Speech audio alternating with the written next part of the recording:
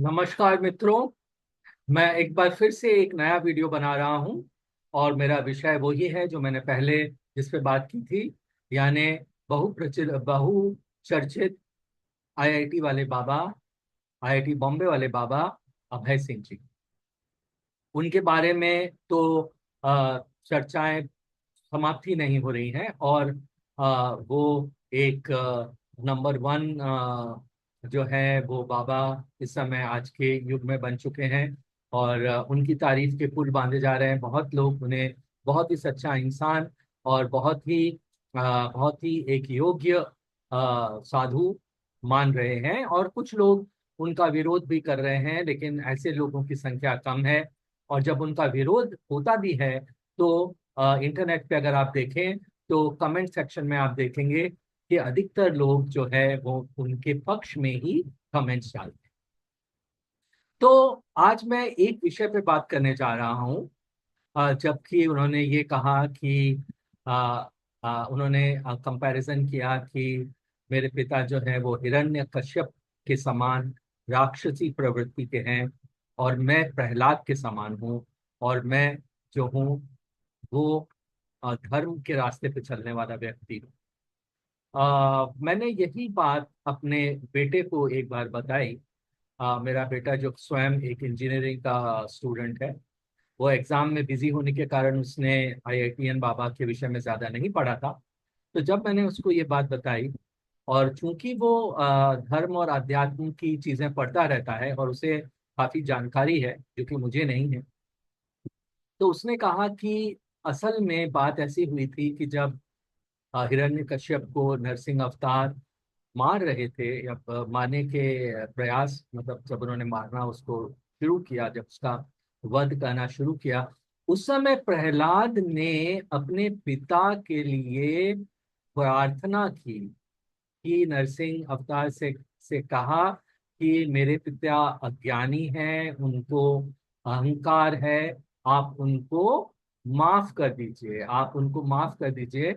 और वो जो है वो ये जान नहीं रहे हैं कि वो क्या गलती कर रहे हैं। दूसरे शब्दों में प्रहलाद जो था वो अपने पिता के पिता एज अ पर्सन के विपक्ष में नहीं था, उनके अगेंस्ट नहीं था, बल्कि उनकी जो जो उनकी जो आदतें थी या जो उनका जो लक्षण थे या उनकी जो बुराइयां थी, सिर्फ वो उनके अगेंस्ट था। क्योंकि उसने उस वक्त भी अपने पिता के लिए नरसिंह अवतार से प्रार्थना की कि इन्हें जो है माफ कर दिया जाए। तो कहने का मतलब ये है कि अगर वो अपने को प्रहलाद कह रहे हैं तो ये कंपैरिजन भी सही नहीं है। मैं अब जब मुझे मेरे बेटे ने ये बताया तो मैं इमीडिएटली मैंने फिर इंटरनेट पे सर्च करना शुरू किया, और आजकल तो चैट जीपीटी पे सारी इंफॉर्मेशन मिल जाती है।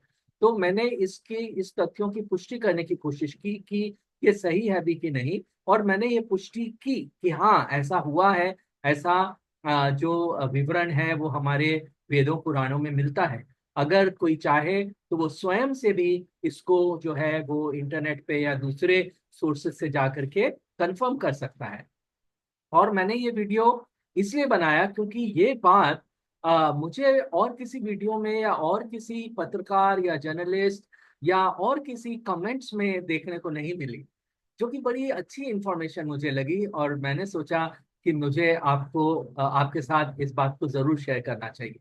तो आप बताइए कि आपको मेरा ये वीडियो कैसा लगा, इस नई जानकारी के लिए कि प्रहलाद ने भी अपने पिता को नरसिंह अवतार से माफ करने के लिए, क्षमा करने के लिए कहा था। और वो उनके मतलब वो स्वयं ये नहीं चाहता था कि उनके पिता का विनाश हो।